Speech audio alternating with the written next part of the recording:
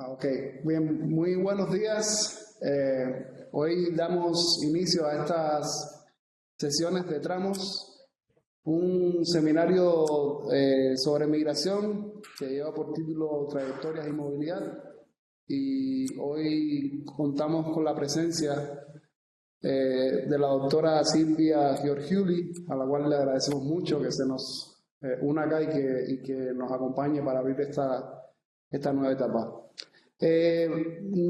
Rápidamente vamos a dar la palabra al doctor Agustín Escobar, quien nos va a dar una breve reseña sobre qué significa este seminario y sobre todo los antecedentes que puedan existir en CIESAS en el orden precisamente de trabajar estos temas de migración y de presentar distintas conferencias. Entonces, Agustín, tienes la palabra.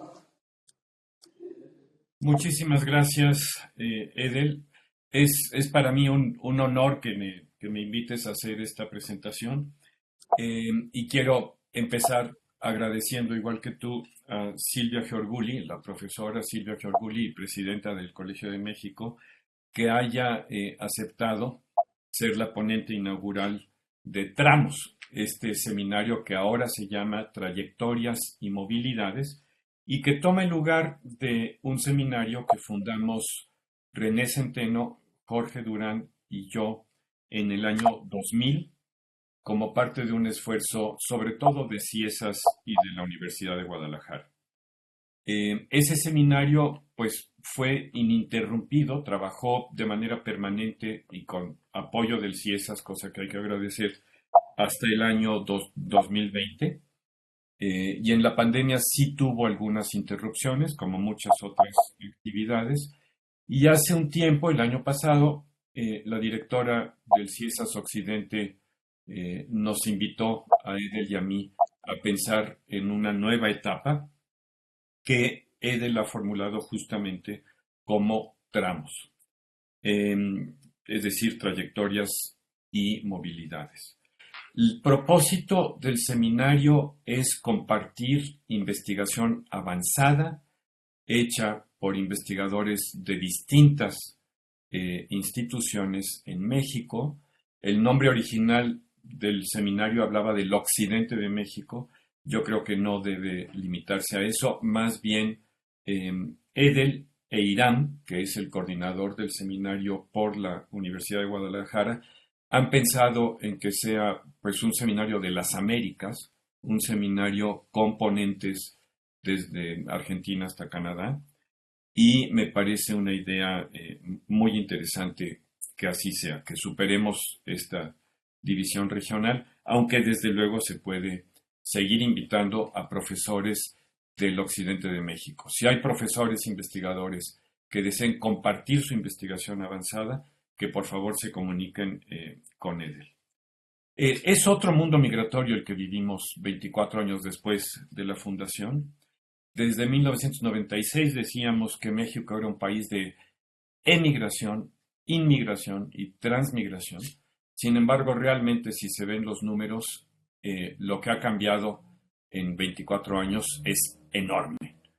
Hay bastante menos emigración de mexicanos, aunque ha vuelto a haber una migración masiva.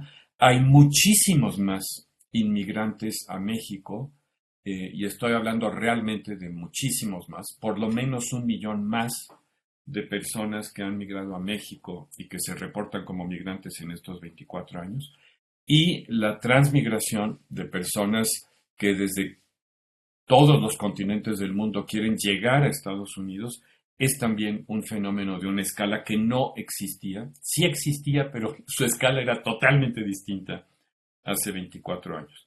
Y además, también otra cosa que ha cambiado y que parece seguir igual, es que había una queja de que México, con su política migratoria, hacía el trabajo sucio de Estados Unidos, y en realidad este papel de México en la migración hacia Estados Unidos sigue, pero también sigue de una manera totalmente distinta a la que había hace 24 años. El otro gran fenómeno en México es el del refugio. Tenemos desde luego instituciones para manejar el ingreso, el trámite, la aceptación de personas como refugiados, pero este también es un fenómeno que se ve en magnitudes absolutamente insospechadas hace 20 años. Hablamos de crecimientos de más del 100%, del 200% del nivel de la cantidad de solicitudes de refugio en México por año y de crecimientos acumulados de 5,000, 6,000% en términos de una década o más. Por ejemplo, en 2022 se reportan más de 2,000 empresas agrícolas que emplean extranjeros en México. Esto es totalmente, es un mundo nuevo, ¿no? Seguramente hay muchas más que no reportan los trabajadores extranjeros porque no estén contratados formalmente, pero el hecho es que nunca habíamos tenido tantas, y no estoy hablando de Chiapas, estoy hablando de todo el país, hasta Baja California. Edel va a ser el coordinador del seminario, y Edel es historiador de licenciatura, sociólogo de maestría en la Universidad de La Habana y doctor en estudios del desarrollo por la Universidad de Zacatecas. Ciesas tiene la fortuna de contar con él desde 2018. Hubo una solicitud de CONACYT que me presentó a Edel y con mucho gusto decidimos aceptarlo en Ciesas Occidente. Ha sido investigador por México o cátedra CONACYT, y sus temas básicos de investigación son migración y desarrollo y vulnerabilidad y pobreza, temas que también comparte con la doctora González de la Rocha. Y el co-coordinador del seminario por la UDG es el profesor Irán Abel Ángel, que es profesor del CUSEA en la Universidad de Guadalajara, que es exalumno del doctorado en Ciesas, que estuvo también antes estudiando en el CIDE y que actualmente es el coordinador o el director de la Cátedra Latinoamericana de Refugiados, una cátedra auspiciada por el Instituto de Investigación para el Desarrollo de Canadá, y le agradezco a él mucho que haya aceptado también tomar este papel. Y por último tenemos una colaboración especial con el Colegio de México, con la profesora Claudia Masferrer, que seguramente está muy bien ejemplificada en la sesión de hoy. Y esperamos que esta colaboración en el futuro nos permita realizar eventos conjuntos y seminarios conjuntos con ellos también. O sea, no solo es la Universidad de Guadalajara, sino también el Colegio de México. Por lo que toca a la profesora Silvia Giorguli, pues Silvia es una gran amiga y gran colaboradora del Ciesas. Ella estudió primero en la UNAM, después en el Colegio de México y después en la Universidad de Brown. Y trabajamos juntos básicamente desde 2004. Ella ha colaborado en varios proyectos del Ciesas, cosa que se le agradece mucho. Y realmente sus temas son variados dentro del gran tema de la migración.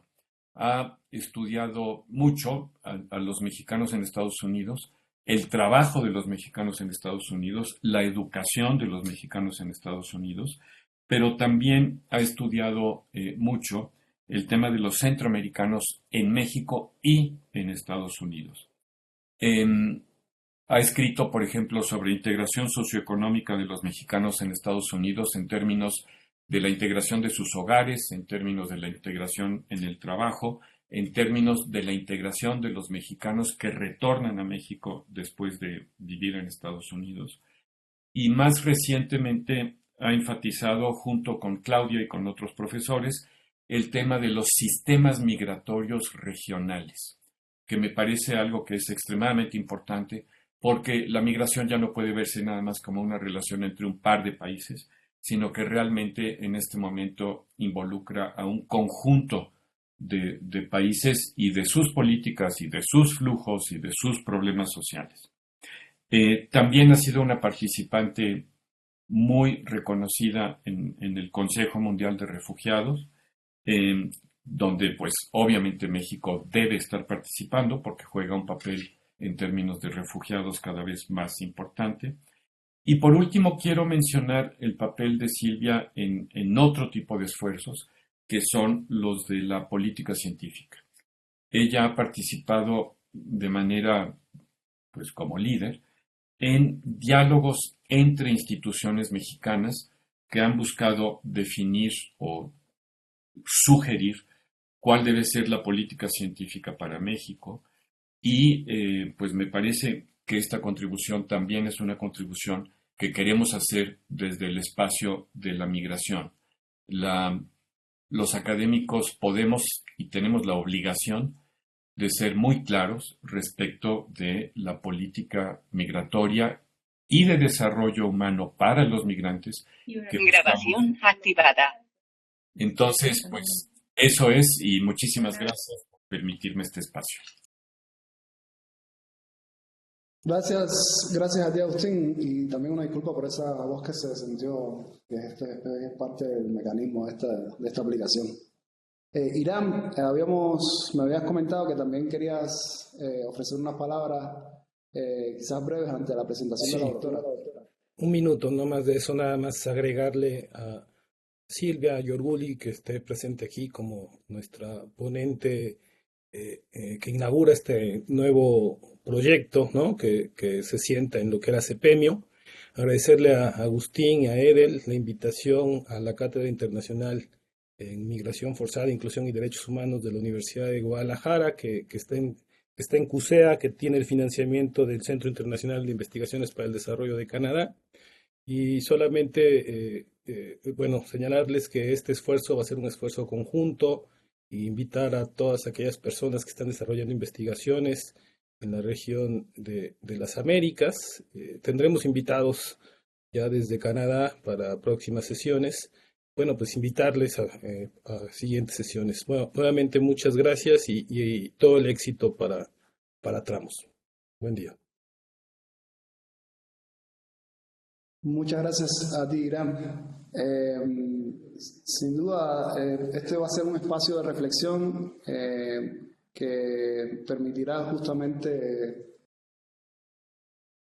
que son vigentes y que generan toda una serie de transformaciones, digamos, en la sociedad contemporánea.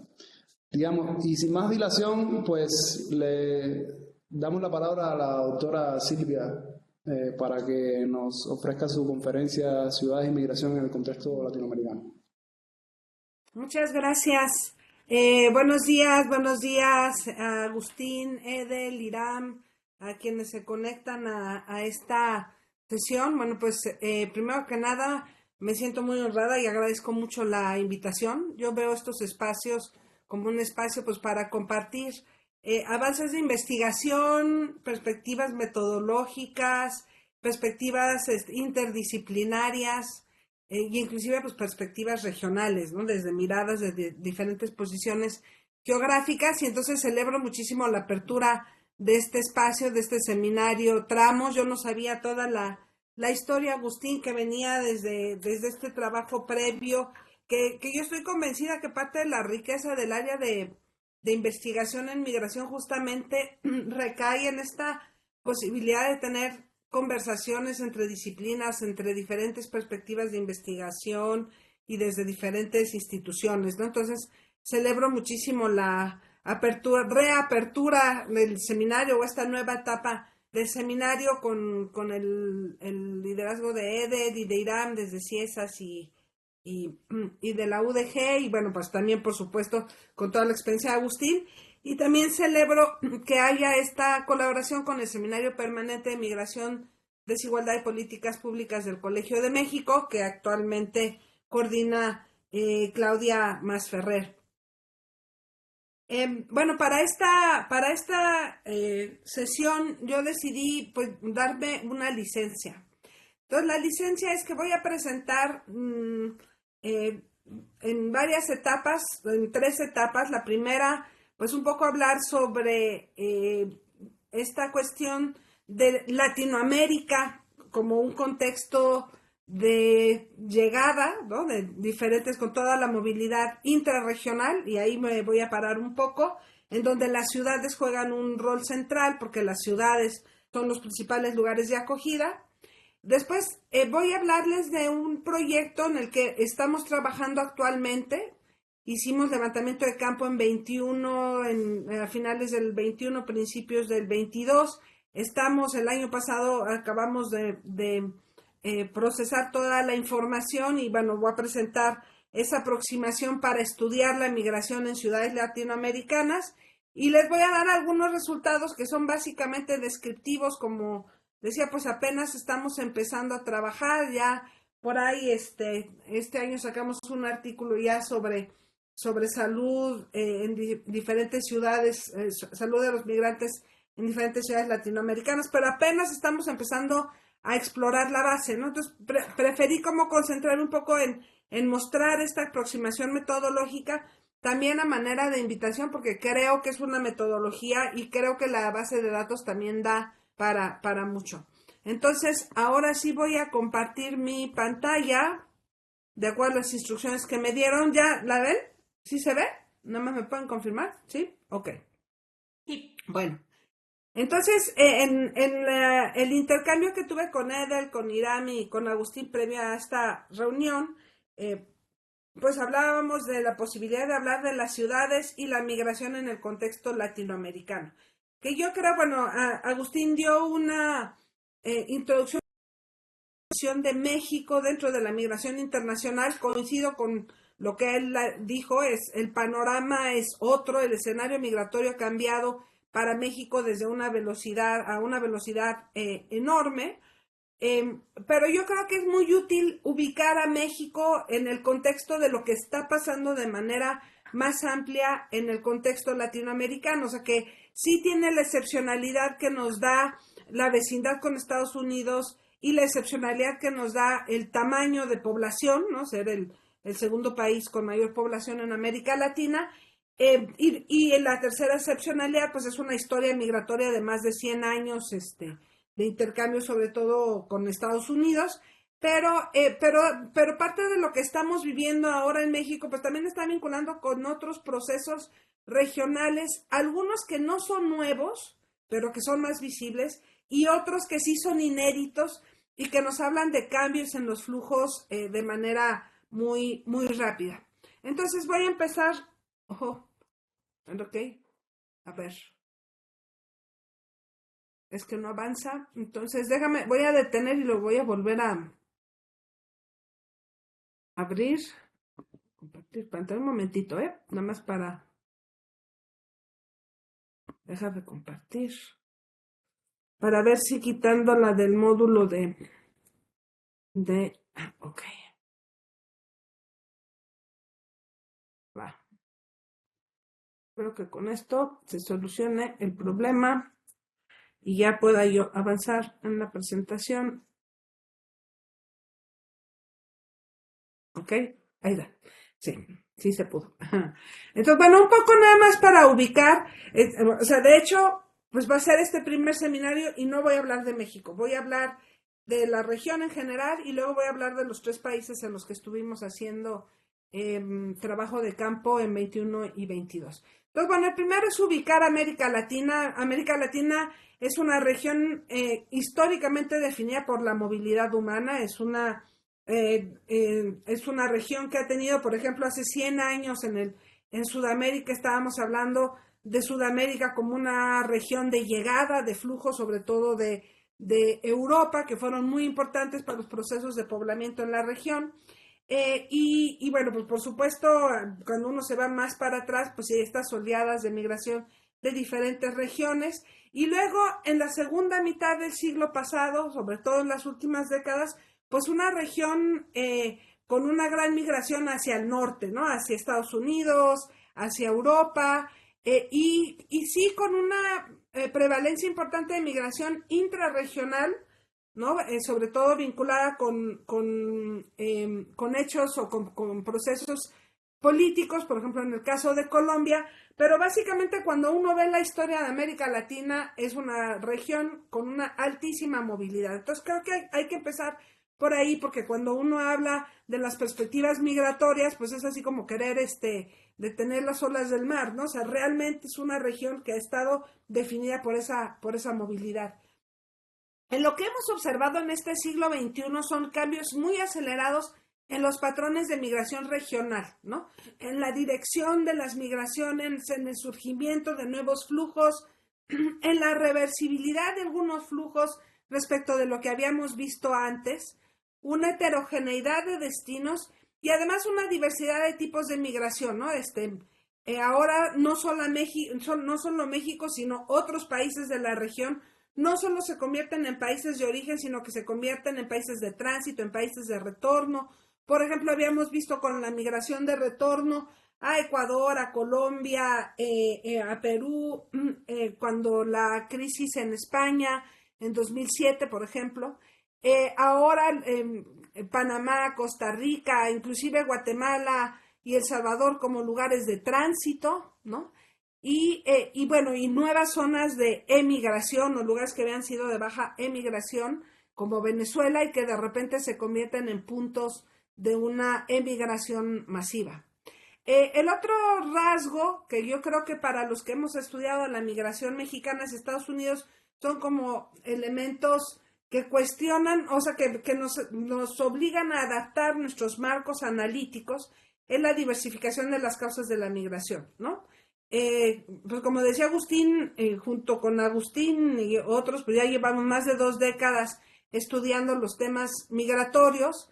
Si nos ubicamos a finales de los 90, principios de los 2000, lo que dominaba la discusión y los marcos analíticos para entender la migración mexicana hacia Estados Unidos, pues era la migración económica, ¿no? La migración vinculada a razones laborales y a lo mejor vinculada a esa migración económica otros aspectos de reunificación familiar, respuestas a ciclos de cambios en las políticas migratorias en Estados Unidos, etcétera.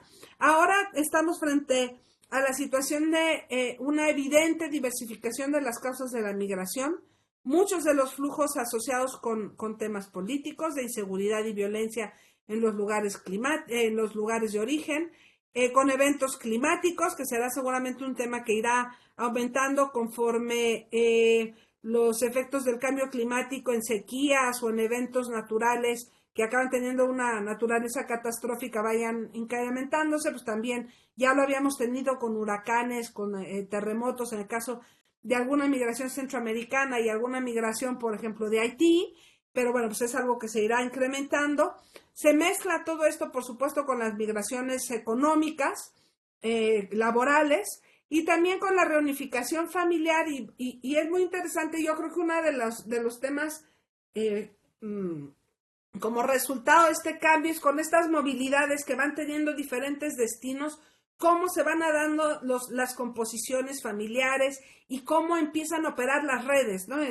En mucho de la teoría de redes estaban como ubicados un origen y un destino, y ahora vemos múltiples orígenes y múltiples destinos que también van teniendo un efecto en términos de la composición familiar, y tenemos ya algunos datos de la encuesta de inmigración reciente que les voy a mostrar, ¿no?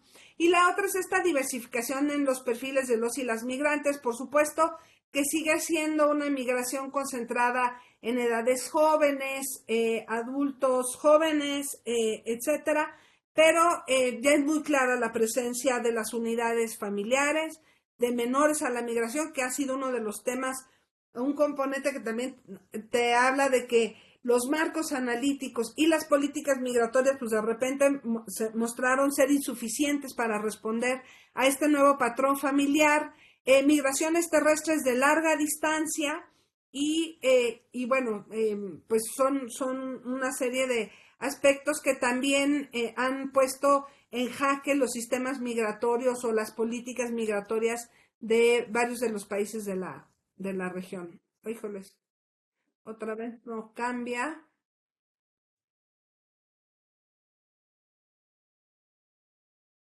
Otra vez voy a dejar de compartir y voy a compartir. Entonces me hace que no les va a poner toda la pantalla completa porque no, como que se congela o algo así. como que se congela. Entonces, si cada lámina, digo ahorita porque son las introductorias, entonces son más pero pues lo que voy a hacer es que voy a hacer chiquito y ahorita me dicen si sí se ve, aunque no lo ponga en módulo de pantalla completa. Yo creo que sí, ¿verdad? ¿Sí lo alcanzan a ver? Aunque no esté en el módulo de pantalla completa. ¿Sí? Sí, se Sí, ve. Ok. sí. Sí, Bueno, entonces es que así, creo que así va a ser más fácil.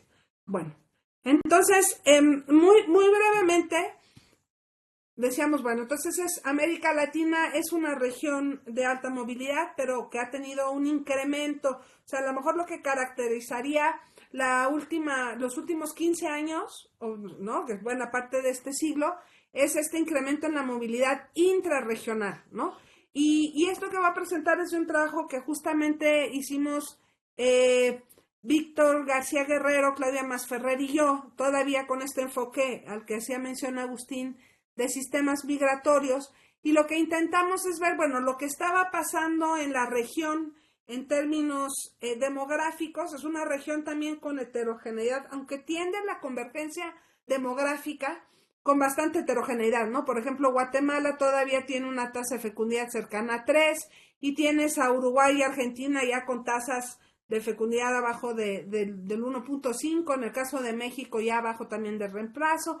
Entonces también ahí juegan diferentes variables demográficas, pero no quise saturarlos de datos demográficos, así que solamente les voy a presentar dos cuadros que muestran primero la población total nacida en el extranjero en cada uno de los países. Es que estos cuadros estaban con la animación, como ya no hay animación, los voy a quitar, se los voy a platicar mejor y se los voy mostrando.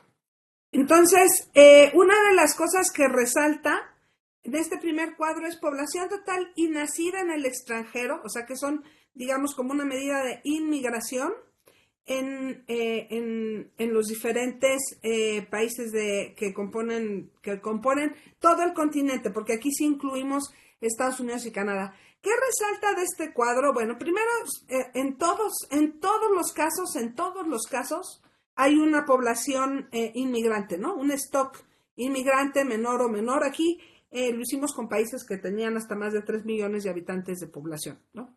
Y bueno, incluimos Jamaica por una razón que ahora van a ver en el siguiente cuadro. Entonces, bueno, ¿qué es lo que caracteriza? Por supuesto que Estados Unidos y Canadá, bueno, sobre todo Estados Unidos es el gran imán, ¿no? Con 15% de su población nacida en el extranjero, más de 50 millones de migrantes, no todos latinoamericanos, por supuesto con una migración asiática y de otros lugares del mundo muy importante. Canadá es el país con el porcentaje más alto de población inmigrante, 21%, y a mí me gusta ponerlo así como todo el continente, pues también un poco para contrastar y ubicar lo que está pasando en el contexto latinoamericano. O sea, por ejemplo, después de Estados Unidos y Canadá, con 15% de población inmigrante en Estados Unidos y 20% de población total nació fuera de Canadá, ¿qué pasa con los países de América Latina? Y lo que ubicamos, bueno, Costa Rica con un 10%, una fuerte migración, sobre todo nicaragüense, Panamá también como un lugar de llegada, Chile con casi 9%, y el resto de los países ya con porcentajes menores. Esto está cerrado a 2020, son estimaciones cerradas a 2020. Por supuesto, por ejemplo, el número de migrantes en Colombia ha aumentado por la mayor presencia de venezolanos, pero bueno, de todas maneras, en términos porcentuales, pues sigue siendo un porcentaje bajo, ¿no? Entonces lo muestro así un poco como para marcarlo. Ahora, cuando lo ves en términos de porcentajes, otra forma de verlo es en términos absolutos del número de migrantes. Entonces, bueno, aquí destaca Argentina con más de 2 millones de migrantes, otra vez Chile con 1.6, Colombia con casi 2 millones en el 2020, como decía, este dato ya aumentó, Perú, ¿no? Y bueno, México también aquí, como decía Agustín, y bueno, no voy a entrar mucho en esa discusión, pues ya de acuerdo a los datos del censo 2020, casi 1.2 millones de migrantes, aunque ya sabemos que de esos 1.2, como el 75% provienen de Estados Unidos. La otra, esta es la vista desde los países a los que están llegando. La otra es desde los países de los que salen o sea, la movilidad desde los países de América Latina. Y aquí, bueno, en varios de los países es más del 10% de la población reside en el extranjero. Por supuesto, los casos extremos son Jamaica. O sea, en Jamaica, uno de cada tres jamaiquinos, más de uno de cada tres jamaiquinos vive fuera de Jamaica. El Salvador, en donde uno de cada cuatro salvadoreños vive fuera del Salvador. Y bueno, pues los otros en los que está arriba del 10%, Haití, 15%, Venezuela, otra vez estos son datos al 2020, sabemos que las estimaciones que hay ya están alrededor de 7 millones de emigrantes en Venezuela, así que esto va a haber aumentado, pero bueno, además con la característica de que fue en un proceso muy rápido, ¿no? O sea, en el caso de Jamaica y El Salvador estamos hablando de décadas de movilidad hacia Estados Unidos y Canadá, en el caso de Jamaica, pero aquí pues fue un proceso muy rápido, pero de todas maneras pues es impresionante. En el caso de México es casi 9% de los mexicanos viviendo en el exterior, y bueno, pues aquí puede ver uno otra vez Cuba, ¿no? Estos datos se tendrían que actualizar con las migraciones más recientes, a la alza, por supuesto. República Dominicana, ¿no? Un poco menos del 15%. Paraguay, con una movilidad también intrarregional muy importante. Pero inclusive Uruguay, que es uno de los países de llegada recientes, pues también tiene un importante porcentaje de su población viviendo fuera de Uruguay. Bueno, y aquí un dato que me faltó decir de los países de origen, es que Venezuela, aún en este contexto del éxodo, recordemos que Venezuela fue un país muy importante de atracción para la región, todavía tiene un componente de población migrante viviendo en Venezuela, ¿no? Y eso es importante también en este contexto de cómo vemos las redes y cómo operan las redes frente a la movilidad que hemos visto más reciente. Entonces, estos dos cuadros son una fotografía de la amplísima, que muestra justamente la gran movilidad que hay en todos los países de la región, tanto en este carácter de receptor como en este carácter de la movilidad intrarregional en América Latina. El cambio es justamente de una migración extrarregional a una migración intrarregional, de una migración, de acuerdo a esto lo tomamos de otro estudio, de una migración aspiracional, o sea, vinculada a mercados de trabajo, a una migración forzada, y de ahí otra vez lo que decía Agustín, de vinculada con los temas de refugio, por ejemplo, y con necesidades de protección específico, de una migración incremental, bueno, sí iba incrementando poco a poco, pero ahora a cambios súbitos en los tamaños de los flujos y en la dirección de los flujos, y también con un carácter de retorno, de migración reversible que ya se consolidó. Lo segundo es que, entonces, cuando uno habla de los países de América Latina convirtiéndose en lugares de llegada, ¿no? Muy fuerte, por ejemplo, para países como Colombia, Perú, Ecuador, empezarse a concebir como lugares de llegada, y sí, son lugares de llegada, pero básicamente estas llegadas están ocurriendo a zonas urbanas, ¿no? Más de 80% de la población, ya sabemos que América Latina es uno de los continentes o subcontinentes más urbanizados, más de 80% de la población de América Latina y el Caribe vive en ciudades, y bueno, las ciudades ya no es, en el caso, por ejemplo, de Uruguay, que hables del país como un país de origen, sino en concreto Montevideo se convierte en una ciudad de destino, ¿no? Entonces, eso lo tomo importante porque cuando uno habla de la gestión o cuando empiezas a hablar de procesos de inclusión o de integración de estos flujos a los países de América Latina, pues creo que tiene que cruzarse con los contextos, por ejemplo, de segregación residencial, de disposición de servicios que ya tienen las ciudades en América Latina y que se montan justamente en la estructura de desigualdad que hay en las ciudades latinoamericanas. Y en ese sentido es que nosotros pensamos, aquí fue algo que trabajamos con colegas del BID, justamente del área de asentamientos humanos y vivienda, que decíamos, bueno, hay no solamente la necesidad de estudiar a la población en la movilidad, sino qué pasa después con los procesos de llegada, ¿no? Cómo se dan los procesos de llegada a las ciudades, cómo se dan los procesos de acceso a vivienda, de acceso al mercado de trabajo, de acceso a servicios, a salud, a educación, etcétera, y cómo se da esa intersección con los procesos urbanos.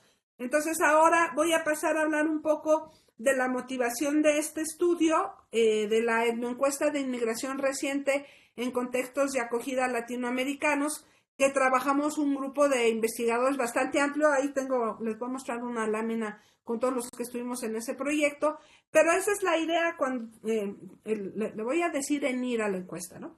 Esa es la idea cuando empezamos a trabajar con la ENIR 21, a ver, entender qué estaba pasando, cómo interactúan estos migrantes a la llegada a contextos urbanos específicos de América Latina, y ahí pues nos interesaba ver varias cosas. Nos interesa ver, por ejemplo, el estatus migratorio y sus implicaciones, ¿no? En este caso tenemos datos para Uruguay, Chile, Costa Rica y Colombia. Y las dinámicas en las que han gestionado los flujos en cada uno de los contextos son muy distintas. Entonces, bueno, cómo la forma en la que se gestiona la movilidad, la llegada, el estatus migratorio, se vincula con una más o menos obstáculos para la inclusión, ¿no? Muy importante para nosotros el tema de acceso a la vivienda y el tipo de asentamiento. De hecho, hay varias preguntas sobre vivienda, historia residencial, trayectoria residencial de los migrantes, acceso a servicios públicos. Por supuesto que en contextos urbanos, y lo voy a mostrar en alguna de las gráficas, pues a lo mejor agua, luz, drenaje, no necesariamente varía, pero se los voy a mostrar. Pero bueno, agua y luz, por ejemplo, luz, pues casi en todos los casos es muy alto, pero también hay otras diferencias, por ejemplo, en acceso a servicios como Internet, ¿no? Por dar un ejemplo. Nos interesa también acceso a la salud y a la educación, observar la interacción en los contextos de llegada con los que están en las ciudades a las que llegan y ver la forma en la que se da esta interacción, si hay expresiones de discriminación, de racismo, de xenofobia, el acceso a políticas sociales o programas sociales, y un tema que también incluimos y que a mí es de los que más me sorprenden los resultados, que es el de seguridad alimentaria. Entonces, bueno, estas son algunas de las dimensiones que nos interesaba estudiar. Entonces, la siguiente pregunta pues fue un poco cómo lo hicimos, y decidimos recuperar ahí la visión de un grupo de trabajo pues que ya tiene más de 35 años desde el proyecto de migración mexicana que arrancaron Dogmas y Jorge Durán, que se enfocan no solamente en ver los datos transversales, porque también veíamos que hay varias fuentes de información, inclusive el Banco Interamericano de Desarrollo, que fue quien apoyó con recursos para el levantamiento de la encuesta, estaba haciendo también levantamientos en otras ciudades, pero pensábamos que era muy importante traspasar la parte transversal y entender el proceso migratorio como eso, un proceso que requiere analizar las trayectorias, y que justamente ver las trayectorias te permite ver las intersecciones con otras dimensiones del curso de vida y procesos familiares, ¿no? Y bueno, por supuesto, esto relacionarlo con las políticas de gestión de la migración. Entonces, mencionaba yo que ya en términos metodológicos, la encuesta, ¿en qué consiste la encuesta? Es una etnoencuesta que recupera el proyecto de migración mexicana y el proyecto de migración latinoamericana, el MMP y el LAMP, también se les conoce así. Ya había habido una ronda previa de encuesta de inmigración reciente en Uruguay, con varios flujos de llegada, y retomamos también el trabajo de la ENIR Uruguay como en muchos de los aspectos, en los aspectos de muestreo, etcétera. Y bueno, algunas cosas de estos estudios tomamos y otras no. Por ejemplo, el MMP y el LAMP tienen un muestreo aleatorio de hogares en comunidades seleccionadas intencionalmente. Pues ahora uno de los problemas, los que han hecho trabajo de campo de este tipo, pues uno de los problemas para entrevistar a migrantes es en ciudades, pues es justamente pues que hay una dispersión residencial que te hace imposible tener muestreos aleatorios. Entonces ahora hicimos un cambio en el tipo de muestreo usando esta técnica que se llama Respondent Driven Sampling. Ahora voy a mostrar un poco de en qué consiste. Pero sí mantuvimos la recolección de historias de vida retrospectivas, y también tenemos una base de datos con datos de los hogares individuales, trayectorias de vida de él, la jefe, jefa y de su cónyuge, y también datos de los países de origen y de los países de destino temporales y de las ciudades cuando había información, porque ahí es más difícil, para poder hacer justamente esta combinación de niveles que apenas estamos empezando a hacer, y como yo decía, pues es una invitación. Entonces, nada más aquí como antecedente, bueno, está el Mexican Migration Project, el MMP, el LAMP, la encuesta de Uruguay, y ahora esta ronda de 2021 de Colombia, Chile y Costa Rica, que es en la que yo me voy a centrar, y a lo mejor mencionarlos, como decía Agustín, que invitaciones por si hay otras propuestas. A lo mejor más adelante podríamos presentar la propuesta del Mesoamerican Migration Project que estamos arrancando este año con David Listrom y Jessica Nájera, y bueno, pues a lo mejor hasta David o Jessica podrían participar y hablar de lo que estamos haciendo en este caso, ¿no? Entonces, la ENIR tiene como objetivo central, como yo decía, tener información de las condiciones de vida, trayectorias biográficas, procesos de integración a las ciudades de destino, aspiraciones, cambios y planes a futuro de los inmigrantes en ciudades latinoamericanas. Y a diferencia del MMP y el LAMP y LAMP están centrados en el origen, pues aquí tuvimos que hacer toda una adaptación porque el énfasis es en el asentamiento, en el proceso de inclusión, y con eso sí recuperando como central la comparabilidad de los datos, ¿no? Poder hacer comparación entre varias experiencias o flujos migratorios. Ya mencionaba yo que trabajamos con Costa Rica, Colombia y Chile. En Colombia trabajamos con 3 ciudades: Barranquilla, Cúcuta, que es una ciudad fronteriza y que le da una particularidad justamente por ser fronteriza, Santa Marta, en Costa Rica con San José, Costa Rica, y en Chile, en Santiago de Chile. Y trabajamos, bueno, con venezolanos, migración venezolana en las 5 ciudades, migración haitiana en Santiago de Chile y migración nicaragüense en San José de Costa Rica. Mencionaba yo que habíamos utilizado el Respondent Driven Sampling. La meta era tener 200 entrevistar a 200 migrantes en cada una de las ciudades. Bueno, ahí de repente en algunos tuvimos un poquito más. Entonces tenemos 1,408 entrevistas. Y el Respondent Driven Sampling, pues básicamente es una mezcla de la técnica de bola de nieve, pero con aspectos a considerar, porque hay ponderadores, etcétera, para darle pues la mayor heterogeneidad y representatividad en términos de los perfiles de los que estamos entrevistando. Funciona con semillas.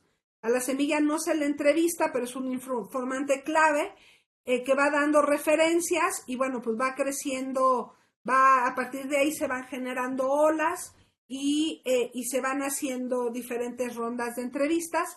En cada una de las ciudades y para cada uno de los flujos de migrantes tuvimos entre 5, lo ideal era 5 semillas, pero de repente había unas que a la segunda ronda ya se habían cerrado, entonces había que renovarlas. Entonces, entre 5 y 6 semillas.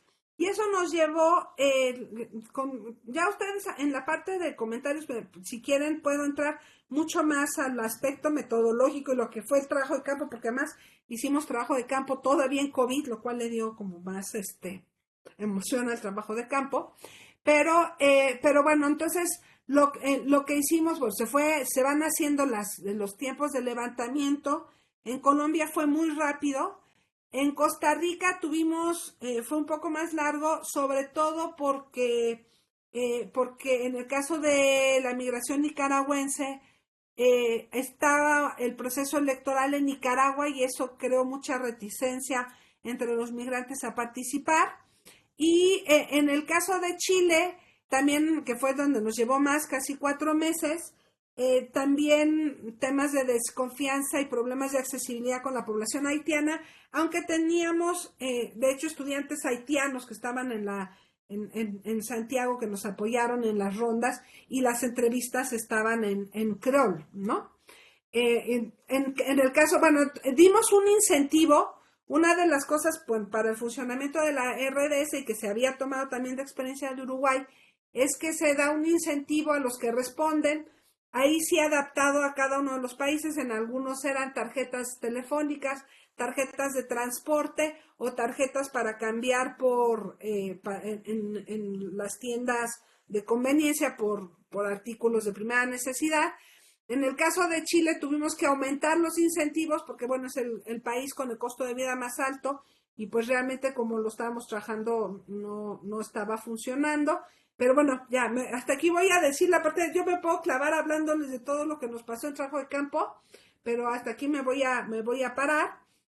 Nada más diría que con lo que tenemos y las bases de datos que ya están armadas, o sea, las terminamos de subir en diciembre del 23, pero ya tenemos información de condiciones macroeconómicas de cada uno de los países, con algunos datos de ciudades, países de origen y de destino. Tenemos trayectorias migratorias, o sea, no en todos los casos, por ejemplo, el caso de venezolanos o haitianos, no necesariamente Chile fue el primer destino, sino que hay diferentes itinerarios, apenas los estamos empezando a analizar. Por supuesto, se puede ver todo el tema de las redes migratorias familiares y comunitarias. Nos interesa mucho, que ha sido uno de los ejes de esta metodología, ver la interrelación con dinámicas familiares, ¿no? ¿Qué pasa con la experiencia migratoria de los diferentes miembros de la familia? Y lo que ya había mencionado, de que tenemos varios indicadores de experiencias de integración, de temas de empleo, que ahora no voy a presentar porque apenas los estamos empezando a analizar, y también de temas de salud, ¿no? En términos de salud, el autorreporte de salud antes de la migración y después de la migración. Ahora sí, esta es la lámina de todos los que somos parte de este proyecto. El equipo central, bueno, estamos David, Jessica y yo, Victoria Prieto y Clara Márquez, que fueron las responsables de la ENIR en Uruguay, ¿no? Y que habían desarrollado toda esta técnica de muestreo particular. Jorge Durán y Dogmasi, y bueno, pues el equipo técnico aquí está. Y también trabajamos con investigadores de cada uno de los países y de las ciudades, porque bueno, pues era fundamental, ¿no? O sea, digo, puedo decir en el caso de Carolina Stefani, que varios de ustedes deben de conocer, pues tener a Carolina para el trabajo de campo, pues no solamente porque conoce el campo, ¿no? Y es muy buena en métodos etnográficos, y bueno, pues además ahora estamos también incorporándola a la parte de análisis de los datos. Abelardo Morales de la Universidad Nacional de Costa Rica, Caro Silva de la Universidad Militar de Granada, y también trabajamos con investigadoras de Barranquilla, Santa Marta y Cúcuta para el levantamiento. Entonces, pues esa es la fotografía del proyecto. Ya para cerrar, lo que quisiera es presentar algunos de los resultados, datos muy a nivel descriptivos, pero que a mí me parecen interesantes. Y también creo que es interesante presentarlos en un foro de este tipo, porque es más bien, pues así como para abrir ideas, ¿no? De qué se puede hacer con la base. Y justo ahora que nosotros estamos empezando a procesarla. Hicimos un documento que está en la página web con algunos de los datos descriptivos que voy a presentar, y que es una primera aproximación. Ahora, una de las cosas que para mí ha sido más interesante es esta parte de la complejidad de los arreglos familiares, ¿no? Y digo porque estábamos acostumbrados a trabajar, por ejemplo, con la migración mexicana a Estados Unidos, y la familia que está aquí, la familia que está allá, y que van y que regresan, etcétera, ¿no? Y de repente aquí te encuentras, inclusive con el reto al momento de armar el cuestionario de hogar, tenemos un entendimiento de unidad familiar bastante flexible, ¿no? Entonces captamos información de todos los que corresiden en la misma vivienda, independientemente del vínculo consanguíneo, pero también captamos información de todos los hijos, hijas de quien se reporta como jefe del hogar o jefa del hogar. Entonces tenemos algunos que viven en la misma vivienda, tenemos hijos que residen en el país de origen y tenemos hijos y cónyuges que se quedan que en el país de origen e hijos y cónyuges que están en un país que no es ni el de origen ni el de destino, ¿no? Que ya te empieza a hablar, o sea, como que decía yo, como que estos datos para empezar a analizar de qué es lo que está pasando y cómo se están dando estas trayectorias migratorias. A lo mejor como no lo estoy poniendo en amplio este cuadro no se va a ver mucho, pero nada más les voy a decir, por ejemplo, también está el tema de los nacidos en el lugar de la entrevista, ¿no? Por ejemplo, tenemos una población de hijos, hijas de nicaragüenses, pero ya nacidos en Costa Rica, aunque también lo tenemos de venezolanos en Colombia, o sea, lo tenemos de todos, ¿no? Pero el grupo más grande son el de nicaragüenses. Esto que les decía que hijos y cónyuges que residen en un país diferente al de origen y al de la entrevista, ¿no? Que tenemos, por ejemplo, para el caso de Barranquilla, algunos. Entonces, bueno, pues va a ser interesante saber una aproximación de cómo se van haciendo cómo van operando estas redes migratorias y experiencias migratorias desde una visión familiar. Ahora ya les voy a presentar algunos datos generales. Por ejemplo, en el caso de Venezuela es una migración reciente que se concentra entre los venezolanos en Colombia y en Costa Rica, en una migración de 2 a 5 años. En el caso de la migración nicaragüense y de la haitiana, pues son migraciones con más tiempo. Y eso, por supuesto, va a tener un efecto en los datos o en los primeros datos que hemos estado ya explorando de historias laborales, de situación laboral, de condición de la vivienda, etcétera. También las situaciones de documentación varían mucho entre ciudades. Y aquí es interesante en el caso de Colombia, que tenemos 3 ciudades, pues también estamos observando perfiles muy distintos, ¿no? Y poder caracterizar la vinculación que hay y las redes, en el caso de Cúcuta como país, como ciudad fronteriza.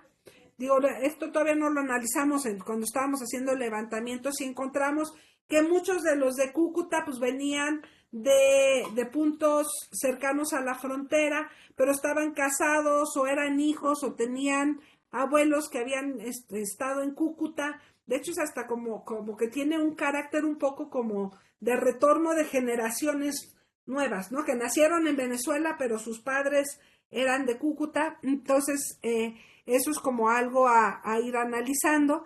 Pero aún entre las tres ciudades de Colombia encontramos diferencias también en el tema del estatus de documentación, ¿no? Nos decía Felipe Muñoz, no sé si lo conocen, es el responsable del BID en temas de migración, pero también estuvo en Colombia encargado de los temas migratorios, pues que le llamaban mucho la atención estos datos porque Colombia ha hecho un esfuerzo muy grande por mantener con un estatus de documentación, que tengan algún tipo de documentación quienes están llegando al país, ¿no? Entonces, bueno, en el caso de San José, por ejemplo, pues también, y de haitianos, por ejemplo, que son una migración que decíamos ya mucho tiempo en Chile, ya con residencia o ciudadanos, y pues esto también va a ser fundamental para entender cómo es su proceso de integración, comparado con los venezolanos que tienen un alto porcentaje de situación de indocumentación. Decía yo que tenemos información también de las historias residenciales y ahí encontramos, bueno, nada más les voy a presentar, nada más voy a hablar de residencia actual compartida o precaria. Sí, una situación de residencia compartida o con hacinamiento, que es lo que nosotros estamos midiendo, pues muy alto, a excepción de los venezolanos en San José, Costa Rica, pero inclusive entre los que están en Chile. Yo les mencionaba que no había una gran variabilidad, por ejemplo, en acceso a electricidad, pero sí variaciones, por ejemplo, en el acceso a Internet entre ciudades, ¿no? Y aquí en estos y otros indicadores de servicios se ve una diferencia entre Colombia y Chile, así como otro extremo. Bueno, como ya dijo Agustín, yo tengo mi sesgo y mi corazoncito un poco en el tema educativo. También exploramos el tema de... Uno supondría que 6 a 14 años tendría que tener tasas de asistencia cercanas a la universalidad, como se da en el caso de Costa Rica o en el caso de los haitianos en Santiago. En Colombia se ve que aquí habría que ver qué está pasando, si hay un problema en términos del acceso de quienes tienen entre 6 y 14 años para entrar a la escuela.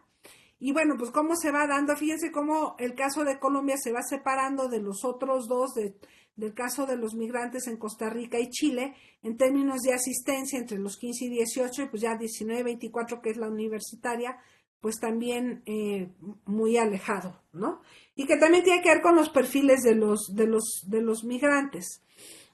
También vimos rezagos, o sea, no solamente asistencia, sino en qué grado escolar están la población en edad escolar. Entonces, bueno, a lo mejor sí entró, pero están entrando con retraso.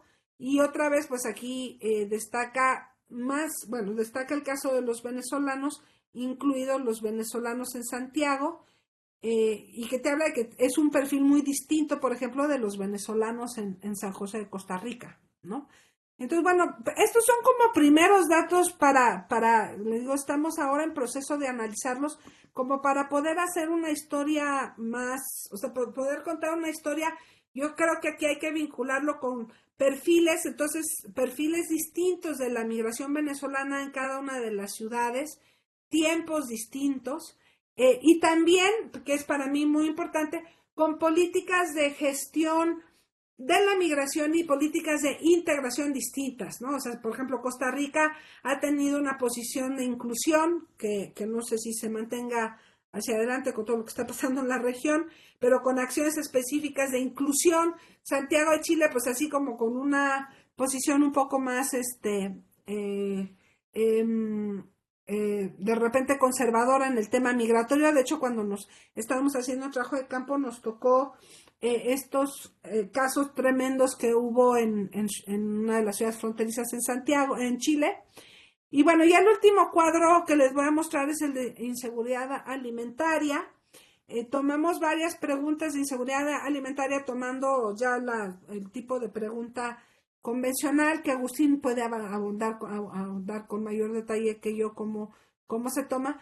Pero vean los que tienen por lo menos un tipo de inseguridad alimentaria. En todos los contextos es altísimo, ¿no? Inclusive uno diría, bueno, en Chile, que es donde es más bajo, pues sigue estando por arriba del 50% para los haitianos. Y ya cuando uno lo ve descompuesto, o sea, pues lo puede ver en cada uno de los elementos, pues más o menos se repite ese patrón.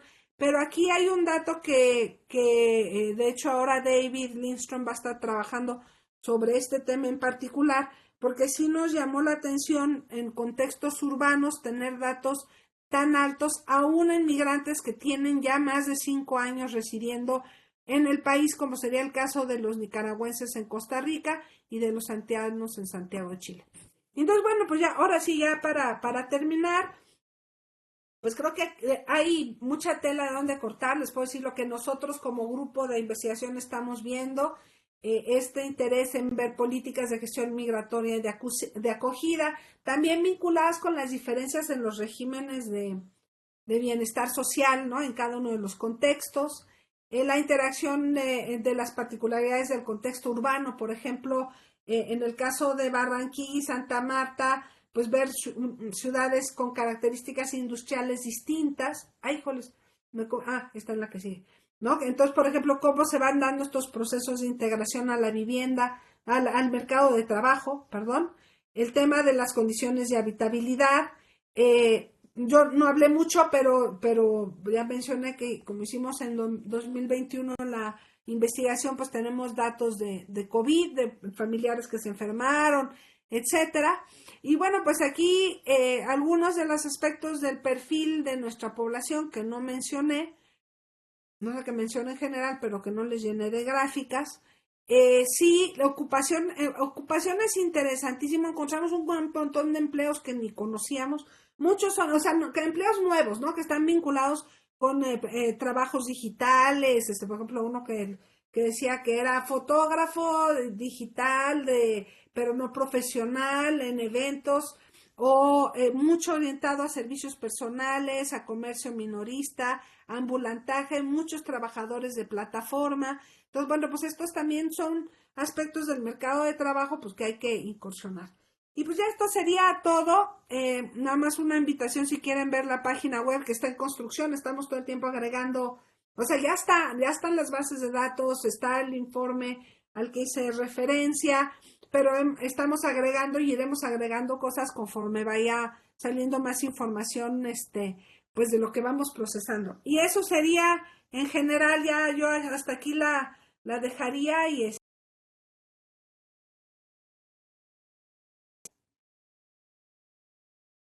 Muchas gracias, doctora Silvia. Yo creo que todos los presentes acá vamos a tener que coincidir en el hecho de que nos ha ofrecido una conferencia donde evidentemente se muestra una visión más amplia para comprender justamente los procesos migratorios y todas las transformaciones que han acontecido en esta movilidad humana que se manifiesta en la región, ¿no? Sobre todo un poco superando el reto que usted misma mencionaba, que era la posibilidad de crear marcos analíticos más amplios, más suficientes para comprender justamente todas estas transformaciones.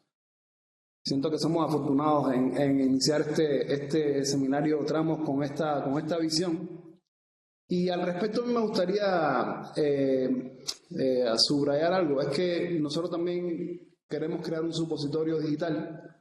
Todas las conferencias que se presentan acá van a estar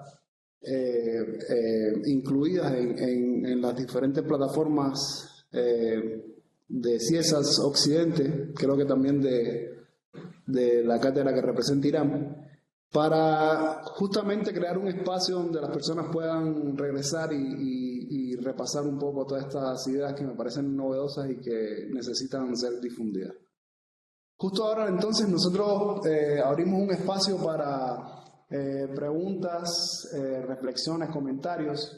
Yo pienso que sobre todo dirigidos o dirigidas a la doctora Silvia, para aprovecharnos un poco y sacar provecho, si valga la redundancia, de todo este conocimiento que nos está presentando acá y de la experiencia de investigación que ella está desarrollando. La manera en que queremos hacerlo es, este programa tiene un chat aquí al ladito, entonces a través de este chat, por favor, ir juntando las preguntas que ustedes estimen pertinentes. Y justo abajito también hay una manera de solicitar la intervención, pero lo vamos haciendo de la manera que ustedes lo vayan solicitando. Hay un comentario en YouTube de Aremis Villalobos, quien nos dice muchas felicidades por la ponencia. Y bueno, ya de entrada nos manda una pregunta. ¿Recolectaron información de salud mental? Y también alguien que se identifica como doctora Patti nos escribe que muchas felicidades a los organizadores del evento, muy valioso el estudio que nos presenta la doctora Silvia, gracias, muchas felicidades. Y bueno, se tuvo que retirar. Entonces, queda abierto el foro para las preguntas, comentarios que ustedes consideren, por favor.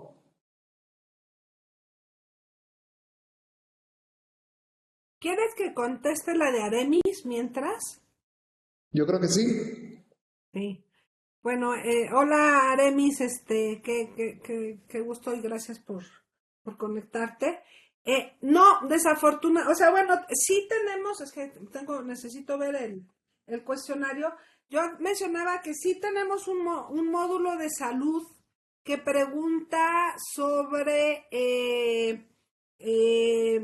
situación de salud o sobre varios temas antes de la llegada, a la llegada y al momento de la encuesta. No tenemos información en esos tres planos, pero es autorreporte y estoy checando, creo que sí tenemos las preguntas sobre, algunas preguntas sobre depresión y ansiedad y si tienen algún otra aspecto de salud mental que reportar.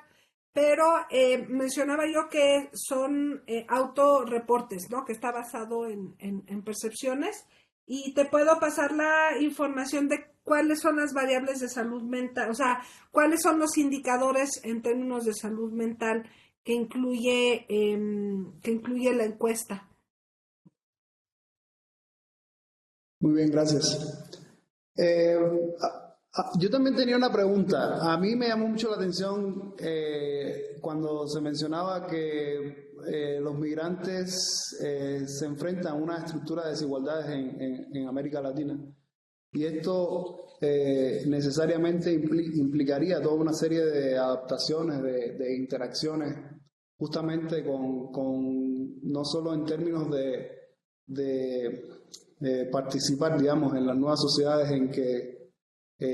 a las que llegan, sino también en términos de que podrían encontrar muchísimas dificultades u obstáculos para justamente hacer efectiva esa integración.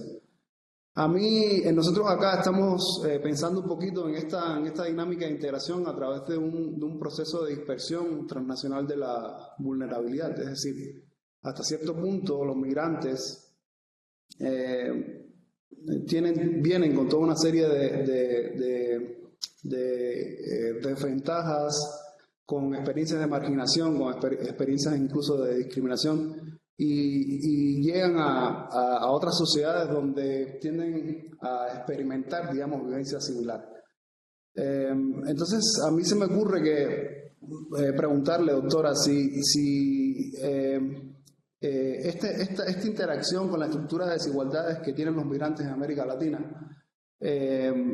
también se ve reflejado, digamos, en las distintas políticas migratorias de los países y en qué sentido esto se ve también manifiesto en los diferentes espacios donde ellos interactúan, específicamente en las ciudades. Sí, bueno, yo creo que lo que tú estás diciendo da para una discusión pues más amplia, ¿no? Como que son aspectos que no están resueltos. Lo primero que diría es que sobre todo cuando uno ve el caso de la migración venezolana, que es para la que tenemos múltiples destinos, pues sí son perfiles muy distintos, ¿no? O sea, dentro de la migración venezolana también hay una gran heterogeneidad y también hay experiencias de integración muy distintas. En el análisis, cuando empezamos a hacer, hicimos como mucho la división, por ejemplo, en términos de nivel educativo, ¿no? Entonces, tienes un componente de la migración que por supuesto que está llegando a las ciudades y a los mercados de trabajo, que tienen otras redes y que tienen otra condición de llegada que permite una transición más suave, por decirlo de alguna manera.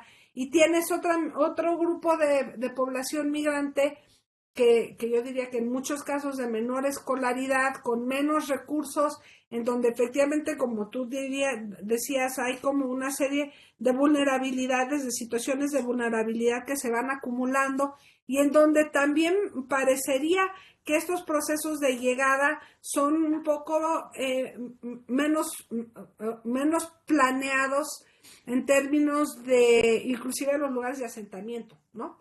Por ejemplo, en Cúcuta, pues hubo partes, o sea, mientras que en Santiago de Chile eran viviendas pues mucho más formales, en Cúcuta hubo partes donde se hizo entrevistas, eran viviendas totalmente precarias, informales, un poco en la lógica pues de terrenos a los que llegaron y establecieron sus construcciones muy primarias, ¿no? Y que se cruza en ese sentido, pues también con procesos de distribución del espacio en las ciudades, pues que son previos, ¿no?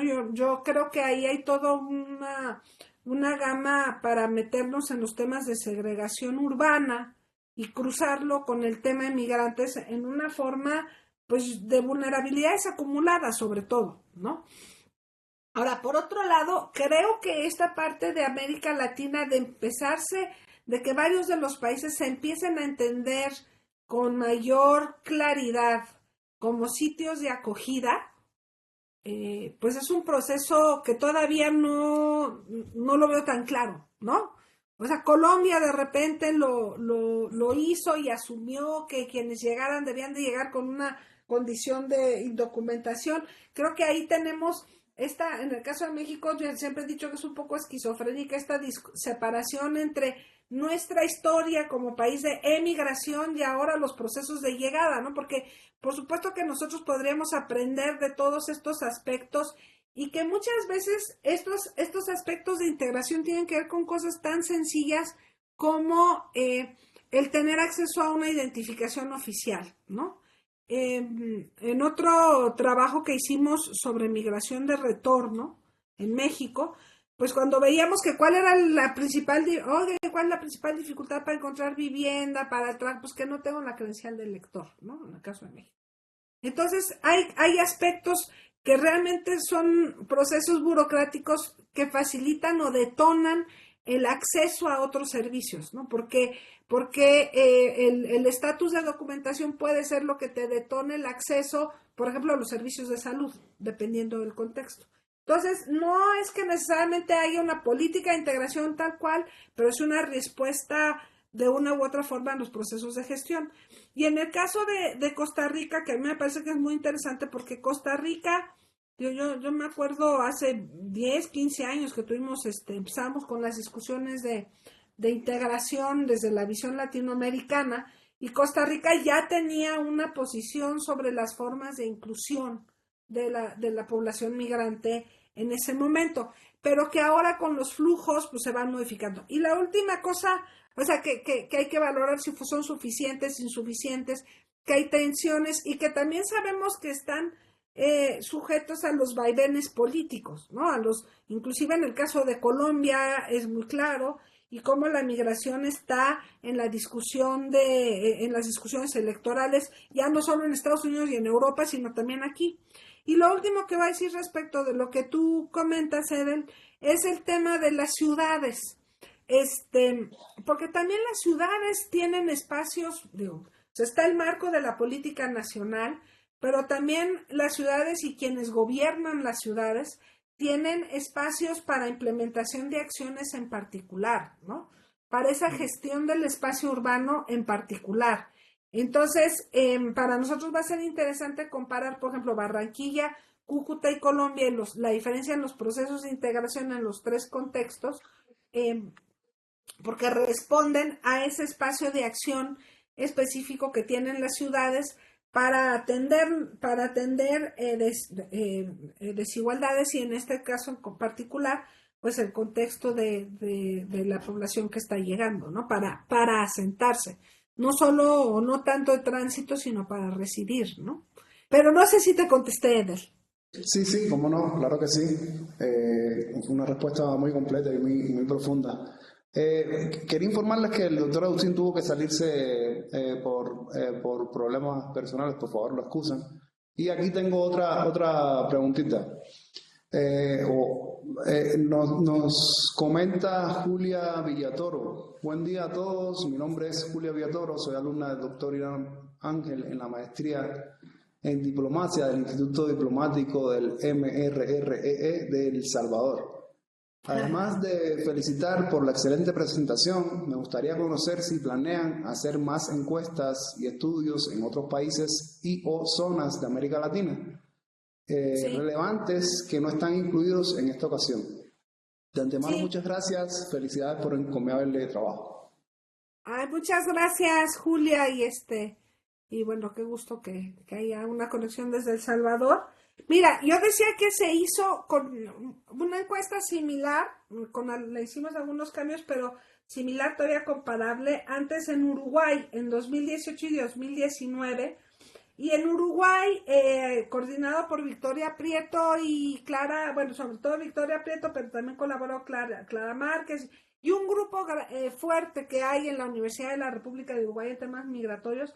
Ahí entrevistaron migrantes de Cuba, República Dominicana, Perú y Venezuela, ¿no? Tienen de estos 4 destinos, ¿no? Y yo sí creo, bueno, nosotros terminamos esta etapa, estamos en el proceso de analizar los datos, pero yo sí creo que esta metodología y la posibilidad de tener algo para hacer comparaciones entre países es muy útil y que se podría implementar en otros países, ¿no? Inclusive en México, en varias de las ciudades de México como lugares de llegada, ¿no? En algunas ciudades fronterizas, pero también nos encantaría poderlo hacer, por ejemplo, en Ecuador, en Perú, en Brasil, etcétera, pero bueno, pues por ahora estamos analizando lo que ya levantamos y no descartamos la posibilidad de hacerlo en otros contextos. Muy bien, gracias, doctora. Hay otro comentario acá de Nicté Castañeda Camay, ella lo hace desde YouTube. Nos escribe: la migración de nicaragüenses a Costa Rica ha cambiado desde abril de 2018 en sus perfiles y motivaciones. Esta se ha triplicado. ¿Ha pensado en actualizar estos datos? Sí, bueno, entonces los datos que yo presenté, pues son de 2021, ¿no? Entonces, digo, pues sí podríamos pensar en hacer alguna ronda nueva y captar otro flujo reciente. Pero lo que creo que es interesante con los datos que ya tenemos y que no, pues como apenas estamos abriendo la base de datos al público, se puede empezar a hacer, es esto que está diciendo Nicte de que son diferentes perfiles. Sí podríamos hacer una comparación si las trayectorias y experiencias de integración varían dependiendo del año de llegada, ¿no? En el caso de nuestra muestra, el 76% de los migrantes había llegado antes de 2016, había llegado entre 2016 y 2020, del 2019, y bueno, pues teníamos unos muy poquitos que llegaron en 2020-21, que además sabemos que pues fue años de pandemia y por eso bajó.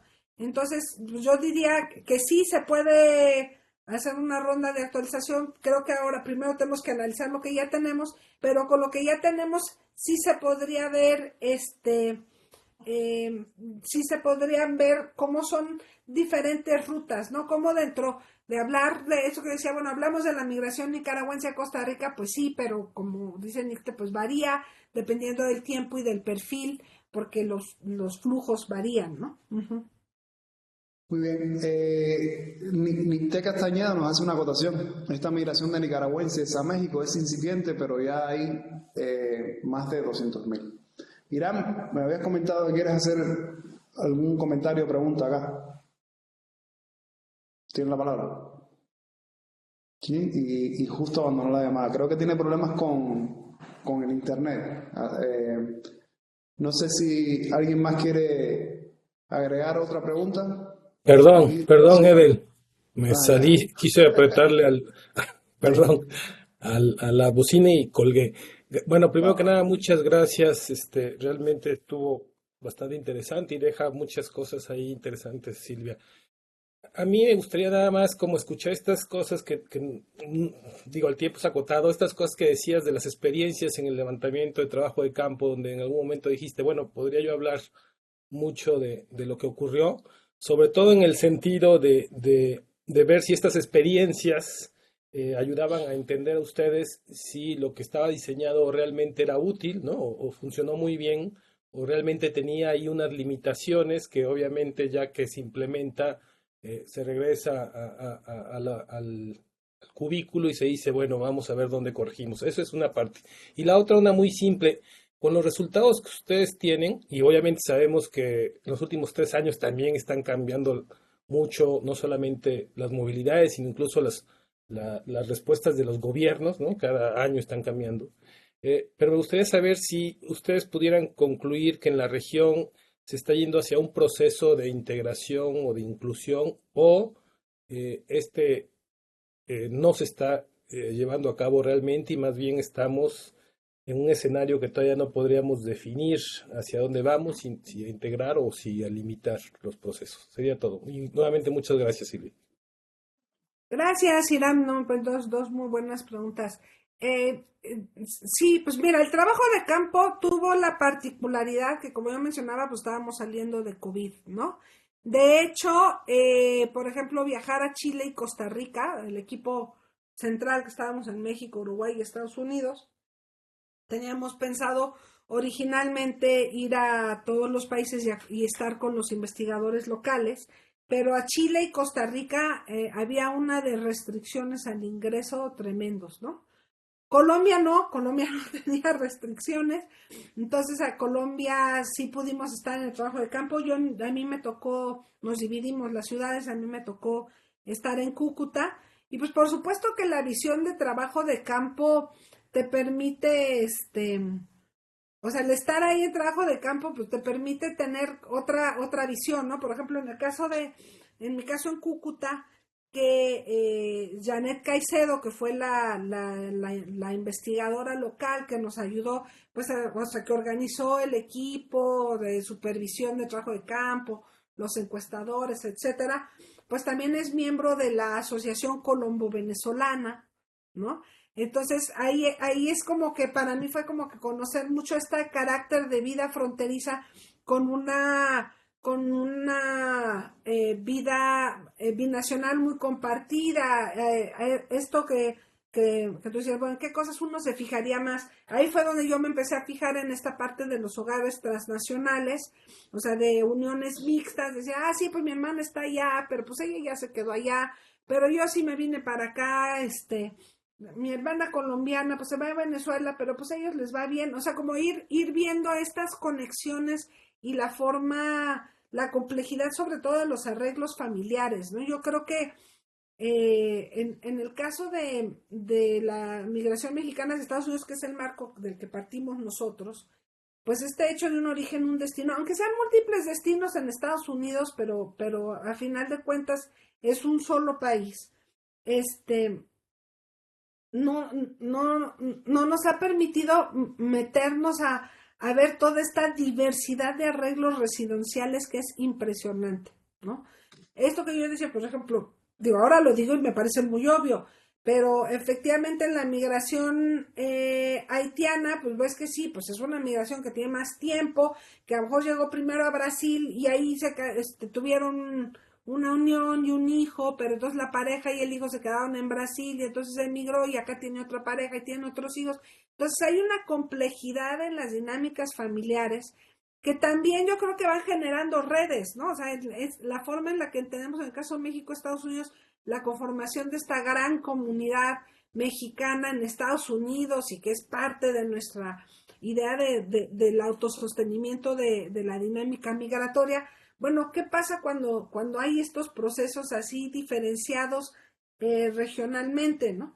Entonces, sí, para mí ir a trabajo de campo pues fue muy importante. Sí, hay las particularidades del COVID, o sea, tuvimos que hacer protocolos de sanitarios, ¿no? En términos de protección para el entrevistador y para el entrevistado, ¿no? La otra cosa es que el MMP está hecho para encuesta en hogar y aquí pues muchos de los migrantes o sea, prefirieron que se les encuestara en otros lados, ¿no? En el parque, en el restaurante, ¿no? Entonces no necesariamente fueron encuestas en hogar. Muy complicada la dispersión en las ciudades, moverse de repente, como funciona el RDS, que es por referencia, entonces a lo mejor un entrevistador tenía una entrevista en la mañana en un lado de la ciudad y en la tarde en otro lado de la ciudad, entonces esas partes operativas fueron muy complicadas. Y luego, pues también los puntos de acercamiento, ¿no? En el caso de los haitianos nos costó mucho trabajo levantar esta cadena como de confianza para las olas. Se logró cuando fuimos a una de las iglesias a la embajada porque estaban haciendo trámites y ahí fue mucho más fácil. Y yo creo que eso sería, bueno, el último que voy a decir que trabajo de campo, pero en términos del cuestionario, digo, hay cosas que seguramente se van a ir adaptando, pero como está muy probada esta metodología de la etnoencuesta, de la cual Jorge Durán puede hablar con todo el detalle, porque él y Doug fueron los que diseñaron en los primeros instrumentos. Entonces, esta parte del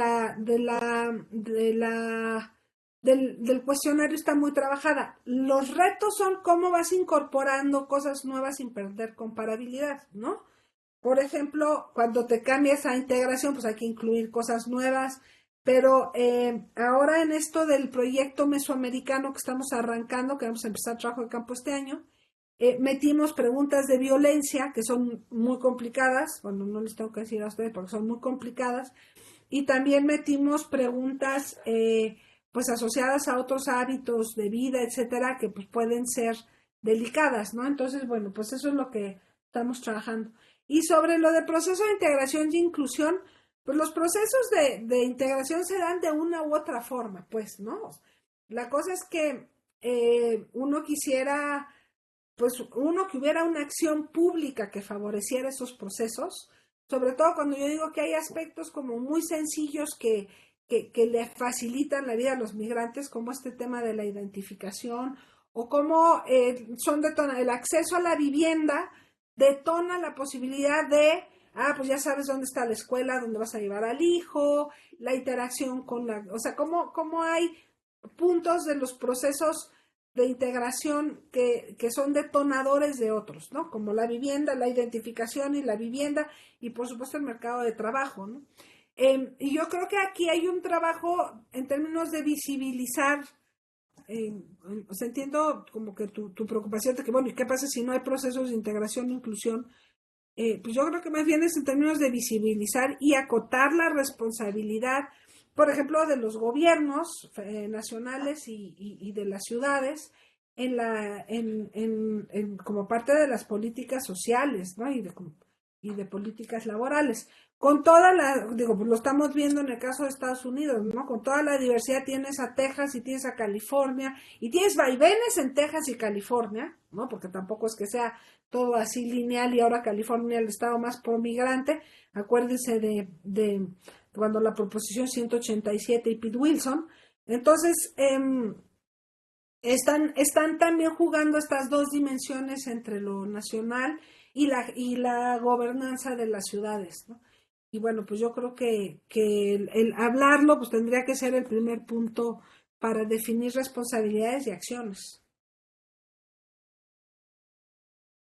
Muchas gracias, Silvia. Pues yo creo que ya vamos cerrando la sesión de hoy.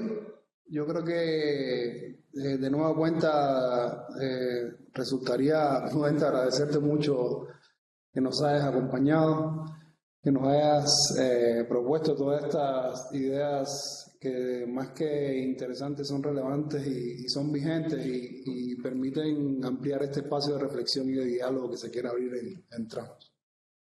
La invitación para ti, para el resto de las personas queda abierta y yo creo que nos vemos en la próxima sesión que tenemos contemplada, que sería el 21 de febrero. No sé, Irán, si quieres agregar algo más.